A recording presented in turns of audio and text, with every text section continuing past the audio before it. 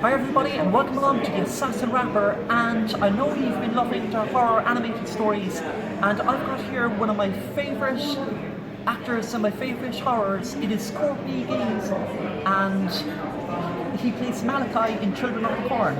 Hi, Courtney. Hello. Courtney, what was your favourite thing about playing Malachi in Children of the Corn? So the scenes in the cornfield were the most fun, and they would go get me in the trailer, and you had to walk through the cornfields to where it opened up big, and that's where I start psyching myself up, like getting ready to fight in the arena or something, And when they would yell action, this energy would just come through me through this. It was like the muse, they call it, when the muse hits you. Oh, I know, definitely. And so it was something about that cornfield was magic or had energy or something, and that was the most fun for me. Exactly, and then the soundtrack, it was really musical, the way they were running through it and the whole momentum.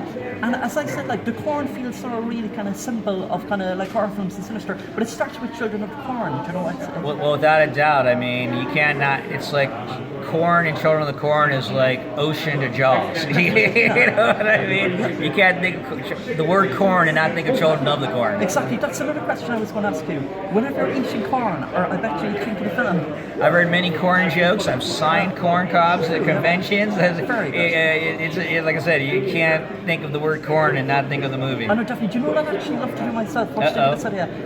Stay in a cornfield on Halloween night on my own watching Children of the Corn. Well, you should try it. They say, people who live in corn, I can't tell how many people have come up to me who grew up near cornfields and said after they saw that movie, they were just scared to death. I know, yeah. Because they say cornfields are scary anyway, because when you go into them, they're like a maze. They all look the same, and you get lost. Oh, exactly. You have no idea where to go after a while, and that's part of why it's so scary. Yeah, definitely. And then, when you be going through the corn, they'll be making noise, and you'll be thinking, is that someone behind you or whatever? Right. I didn't grow up in the Midwest where there was all the corn, so I never experienced it. But people say it's, especially at night, they say it's very scary. Definitely. And that's a cool Halloween jacket. You were in Rob Zombie's Halloween. How was that? It was great working with Rob. Like I said, he really works a scene till he believes it. And he doesn't rush through. He gets it. He works it till he believes it. And I think that's why people like his films. I really do. Exactly. Yeah. And in between the takes now of all the most extreme horror scenes in film, were you having fun and laughing about it? It depends on the character and what you have to be doing. I'm not always able to go in and out easily. So if I'm having to play a character who's angry, or so by the time I would come on that cornfield to work, it was game on. The director would be explaining the scene to me, and I'd be looking at him like I was going to eat his lunch, and he'd be like, "Are you okay? Do you understand?" I'd be like, "Yeah, exactly. Just roll." You have to get into the frame. I'm a method actor. I get into it. You were brilliant to Outlander. Yeah, famous line. Yeah. I've had many people yell it at me walking down the street when I was walking down the street. But that's good, isn't it? It's good, it's a well-known. I mean, you say Outlander, you know what we're talking about, right? Exactly. Yeah. And it was interesting what you were saying about the short story, that it was very short. It was 10 pages. He had sold that before he was famous, and then somebody got the rights to it and made the movie, and they had to write a full script around him. The Malachi character was very, very small at the end of it, and ended up being one of the central characters. And I don't know if this ever occurred to you, but I think it's very interesting that some of the people, they worship Satan and all the rest of it, but this was Jesus, this was God. It was really kind of different. Well, whatever the God of the cornfield is, right? Yeah, it was very religious, but I don't know that we ever. If somebody asked me what the God of the cornfield is, I'm like, I don't know. Yeah, exactly. That's the whole mystery of it, right? I know, definitely. Imagine this: that showing in the middle of a cornfield, Halloween night, and then corn playing afterwards. No corn. Have you met that? Oh well, the reason they're named Corn. Oh yeah. I don't know if you know that. It's one of the band's favorite films. They're a band from Bakersfield, California, not about 3 hours, 2.5 hours out of Los Angeles. Very good. So yeah, if you can look it up, that's why they're called Corn. Oh, that's brilliant. Isn't that crazy? If you could get the band Corn to play at a cornfield while showing Children of the Corn, that would be quite the coup. It would be fantastic. It would be quite the coup. Sure, I'd show up for that. I definitely, yeah. Well, I definitely invite you anyway if I ever did organise that. Okay, make it happen. Reach my manager. Oh, I will exactly. And what about your own music? What do you want to say about your own music? It's rock and roll. It's not. I'd probably be better, to get an easier audience if I played metal, but I just play what I like.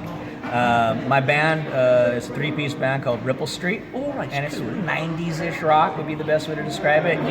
You can find it on all the main sites through a label called RL Recordings. Oh, very good. Yeah. And what type of music do you like? Do you like heavy metal or death metal or any of this? Not really. No. Not my thing. It's a little too intense and harsh for me. I tend to be more of a 60s, 70s, 80s rocker. I like my Led Zeppelin and my Rush and my Pink Floyd and all that. Definitely. And it's interesting. You were saying Isaac was in his 20s in the film, but he Correct. lived about 12. He lived about 13 or 12 years old. That's absolutely right. He was like 20 years old. Right. And did he really speak like that? Was that his accent and his tone, or was he? It's just his theater training. He was a very well theater trained actor out of Chicago. Oh, right. Yeah, so he had a lot of experience before he got to LA, and he got that film within I think the first 3 or 4 weeks he was in Los Angeles.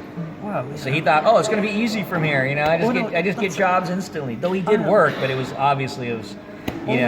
a blessing that he got something so quickly. Oh, very good. And you were saying that you grew up in a tough neighborhood, like, and there were. I grew up in Echo Park, Silver Lake area of Los Angeles. That was at the time pretty tough. It's not so bad now, but lots of gangs. Grew up around a lot of guys who were gangbangers and all that kind of stuff. Which is why I was able to play that role in Colors.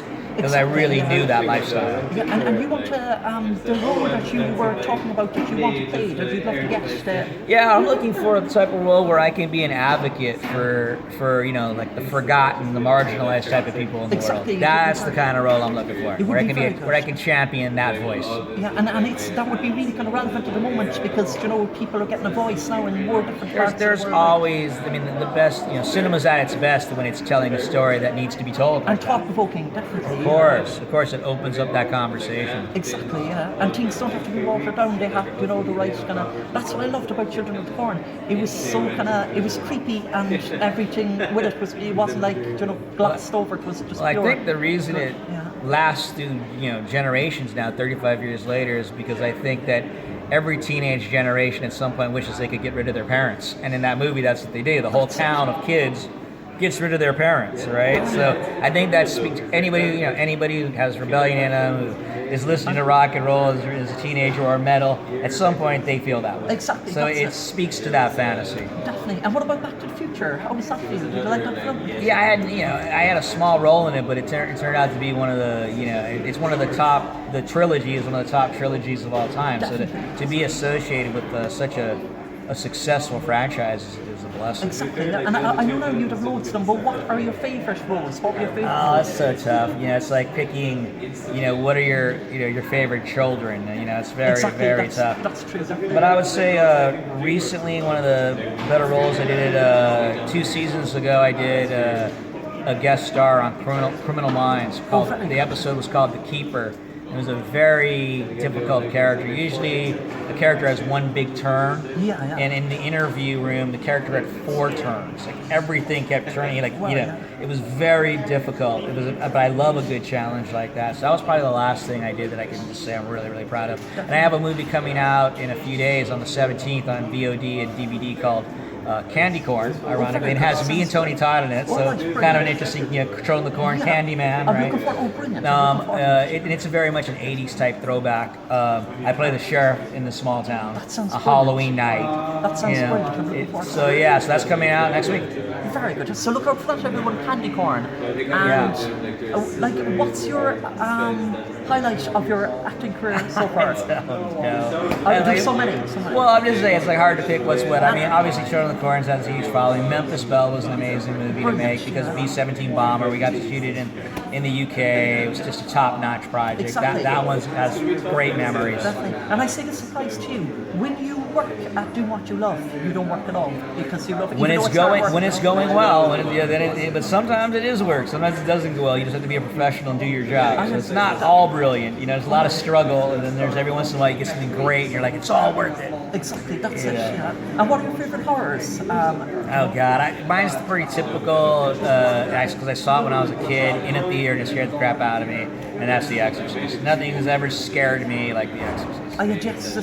And then, ironically, the person who got me in the management with Chris is a woman named Eileen Dietz, who did a lot of the adult stuff in that movie. The stuff that, all the throw up scene with the pea soup, Yeah. the cross, all that. It's actually this woman Eileen Dees because the girl was a minor. She couldn't do those things. And she's right? like the way her face turns out. Yeah, so it's rather interesting that the person who got me in with my manager was somebody who was in The Exorcist. Oh, that was strange. There was a real serial killer in The Exorcist. Is that true? That I don't know. Yeah, I saw. I don't know that. Okay, and any last words for the Assassin Rapper on my channel, Courtney? No, before we go? just check out The Assassin Rapper. That's it. Thanks very much, Courtney, All right. and thanks for watching, everyone. And if you like this video, please give it a like and subscribe to my channel and hit that bell to be notified of new content. Thanks very much, All Courtney. right, thank you. Thank you. See ya.